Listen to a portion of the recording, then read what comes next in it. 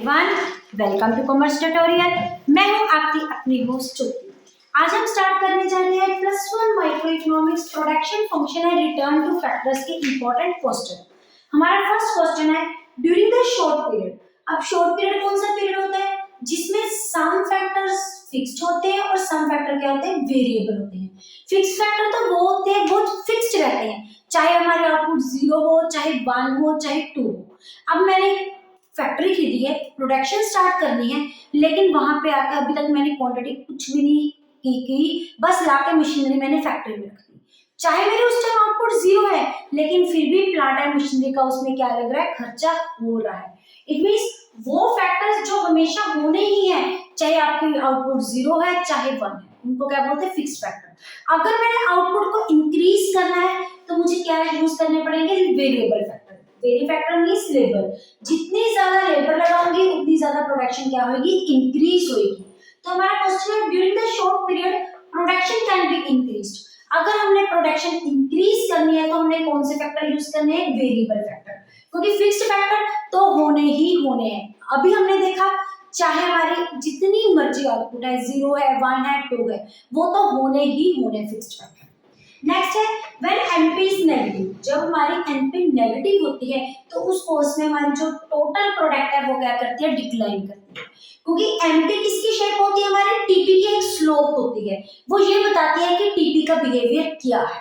अगर टीपी हमारी इंक्रीज हो रही है तो अगर हमारी एनपी इंक्रीज हो रही है तो हमारी जो टीपी होगी इंक्रीज होगी।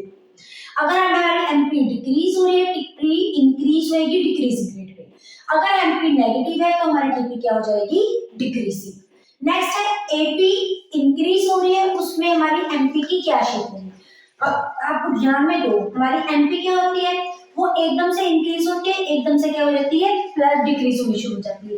लेकिन जो एपी है वो आराम से इंक्रीज होकर फिर वो क्या होती है, वो स्लोली इंक्रीज होती है और स्लोली क्या होती है, डिक्रीज होती है।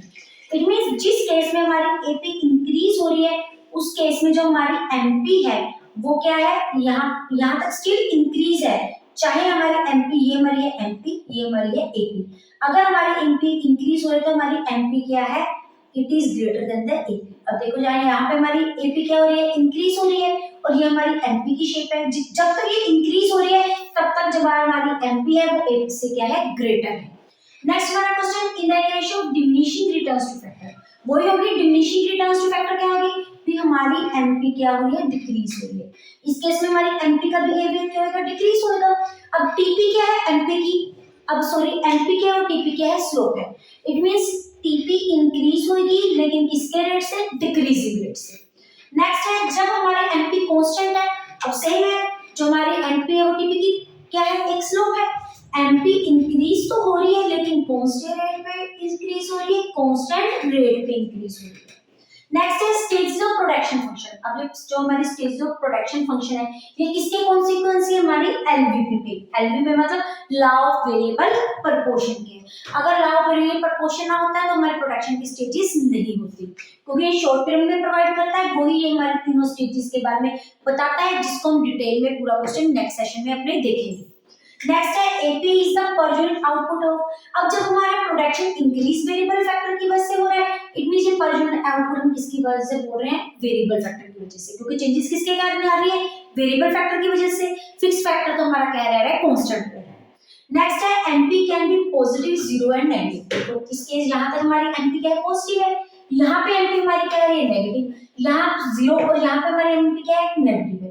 इस केस में एपी लेकिन स्टिल हमारी क्या है, पॉजिटिव है। हमारी एपी कभी वो, it can be near to X axis, लेकिन कभी भी वो नेगेटिव नहीं हो सकती। तो ये स्टेटमेंट हमारी क्या है, ट्रू। नेक्स्ट है difference between short term production function and long term production function. इनमें क्या डिफरेंस है, अगर हम इनको डिफरेंस को देखें, यहाँ पे है शॉर्ट रन, यहाँ पे क्या हमारा लॉन्ग रन। अब सबसे पहले meaning, short run production function वो प्रोडक्शन फंक्शन होता है जिसमें some factors are variable, some factors are known to be the fixed. अब इसमें क्या होता है, ऑल फैक्टर्स आर वेरिएबल सारे। इसको हमने ये नहीं बोला कि शॉर्ट रन पीरियड नाम से लगता है जो शॉर्ट पीरियड के लिए होता है, वो जो लंबे पीरियड के लिए होता है, नहीं। वो पीरियड जिसमें कुछ फैक्टर वेरिएबल होते हैं, कुछ फिक्स्ड होते हैं, वो हमारा कौन सा पीरियड होता है, शॉर्ट पीरियड। जिसमें सारे के सारे फैक्टर वेरिएबल्स होते हैं, वो हमारा कौन सा पीरियड होता है, लॉन्ग पीरियड। इसमें आता है रिटर्न्स। इसमें हमारा रिटर्न्स कौन सा अप्लाई होता है, रिटर्न टू फैक्टर। इसमें हमारा कौन सा अप्लाई होता है, रिटर्न्स टू स्केल। स्केल मतलब हम सारे फैक्टर्स को चेंज कर सकते हैं और हर के लिए कौन से लेवल पे होते हैं, लॉन्ग लेवल पे होते हैं। नेक्स्ट है what is the returns two factor. अब हमने ये देखा रिटर्न्स टू फैक्टर किस पीरियड में है, हमारा शॉर्ट पीरियड में है। अभी शॉर्ट पीरियड क्या बताता है, ये यही चीज बताता है कि output can be increased by making living some factor variable by some other factor remains the fixed। कुछ फैक्टर्स क्या रहते हैं, फिक्स्ड रहते हैं, कुछ क्या रहते हैं, वेरिएबल रहते हैं। हमारा नेक्स्ट क्वेश्चन है in the short run period production is done only by variable factor. नहीं, ये हमारा क्या है, रॉन्ग है। क्यों रॉन्ग है, कि जो शॉर्ट रन पीरियड में होता है वो हमें दोनों ही फैक्टर्स का समेशन होता है। हमारी जो टोटल कॉस्ट होती है वो क्या होती है, fixed factor plus variable factor. हाँ जी, ये चीज जरूर बोली जा सकती है कि जो टोटल कॉस्ट में चेंज आती है वो सिर्फ इसके कारण आती है, हमारे वेरिएबल फैक्टर की वजह से आती है, क्योंकि फिक्स फैक्टर हमारे क्या रहते हैं, फिक्स कॉस्ट सेम रहती है। तो यही हम बोलेंगे ओनली वर्ड हमारा क्या है, गलत है। बोला क्यों है, क्योंकि इसमें दोनों टाइप के फैक्टर्स आते हैं, फिक्स फैक्टर भी आ जाते हैं और हमारे वेरिएबल फैक्टर भी आ जाते हैं। नेक्स्ट है LVP means law of variable proportion. It must operate even when all the factors are variable. ये हमारी स्टेटमेंट क्या हो जाती है, फॉल्स हो जाती है। ये फॉल्स क्यों हो जाती है, क्योंकि जो एलवीपी है ये किस पीरियड में अप्लाई करता है, हमारे शॉर्ट पीरियड में। हमने अभी भी देखा था, हम यहाँ पे ये भी लिख सकते हैं एप्लीकेशन। इसमें एलवीपी एप्लीकेबल है, इसमें एप्लीकेबल नहीं है। इसमें कौन से पीरियड में होता है, शॉर्ट रन पीरियड में। अब शॉर्ट रन पीरियड में सारे फैक्टर वेरिएबल नहीं होते, इसमें कुछ फैक्टर वेरिएबल होते हैं और कुछ फैक्टर हमारे क्या रहते हैं, फिक्स्ड रहते हैं। नेक्स्ट हमारा क्वेश्चन है एमपी क्या हो रही है, डिक्लाइन हो रही है, टीपी मस्ट डिक्लाइन। ये भी हमारी स्टेटमेंट क्या है, फॉल्स है, क्योंकि हमने ये पहले भी देखा है जो हमारी एमपी और टीपी की क्या होती है, स्लोप होती है। ये डिक्रीजिंग है, तो इसमें क्या बताया है कि टीपी इंक्रीज हो रही है, लेकिन उसके इंक्रीजिंग होने का रेट क्या होती है, डिक्रीजिंग है। हम प्रोडक्शन कर रहे हैं, जैसे जैसे हम लेबर इंक्रीज करेंगे प्रोडक्शन तो इंक्रीज होगी ना। ये है कि वो कौन से रेट से इंक्रीज हो रही है, वो जो रेट है वो किस पे डिपेंड करता है, हमारा एमपी पे डिपेंड करता है। नेक्स्ट है हमारा एमपी कैन राइज।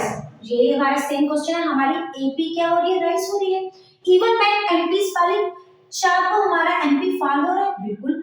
ये वाला पॉइंट क्या है, यहाँ पे हमारी एपी क्या है, मैक्सिमम है। AP is equal to MP stage में हमारी क्या है, एमपी तब भी राइज हो रही है जब हमारा, सॉरी एपी के बारे में पूछा, एबी तब भी राइज हो रही है जब हमारी एमपी क्या हो रही है, डिक्रीज हो रही है। लेकिन फिर भी हमारी जब तक हमारी एपी जिस पॉइंट तक राइज हो रही है, एमपी उससे क्या है, ग्रेटर है।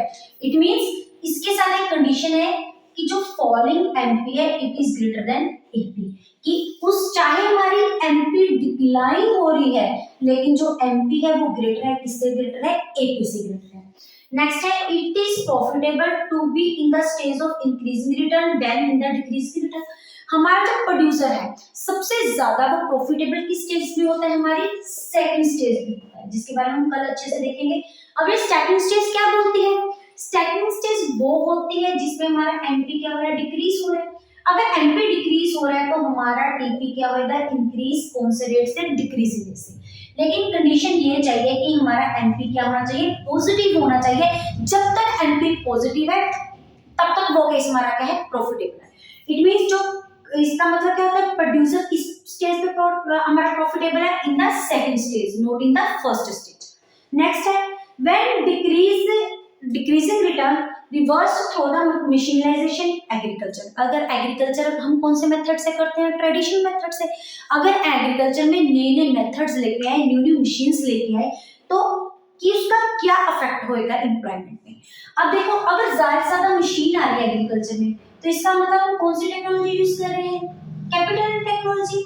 अगर कैपिटल टेक्नोलॉजी यूज कर रहे हैं तो लेबर की रिक्वायरमेंट क्या हो जाएगी, कम हो जाएगी। तो वहां पे क्या हो जाएगी, सप्लाई ऑफ लेबर क्या हो जाएगी, लेकिन इंक्रीज हो जाएगी। जो एक मशीन काम करती है वो किसके इक्वल करती है, 4-5 लोग के इक्वल काम करती है। जिसका हमारी लेबर अगर इंक्रीज हो जाएगी तो लेबर क्या रहेगी, फ्री रहेगी। इसकी कारण हमारी क्या इंक्रीज होगी, अनएम्प्लॉयमेंट इंक्रीज हो जाएगी। तो उन्होंने ये पूछा है कि हमारी एम्प्लॉयमेंट के पे क्या इफेक्ट हो जाएगा, it will increase the unemployment in our economy, in our industry, we can say. ये थे इंपॉर्टेंट क्वेश्चन जो आज के टॉपिक के साथ रिलेटेड थे। अगर आप इनका स्क्रीनशॉट लेना चाहते हैं तो ले सकते हैं। वीडियो अच्छी लगे इसको लाइक करें, ज्यादा से ज्यादा शेयर करें ताकि मैक्सिमम स्टूडेंट्स के पास इसका बेनिफिट पहुंच सके। चैनल को सब्सक्राइब करना ना भूलें। Thank you, have a nice day.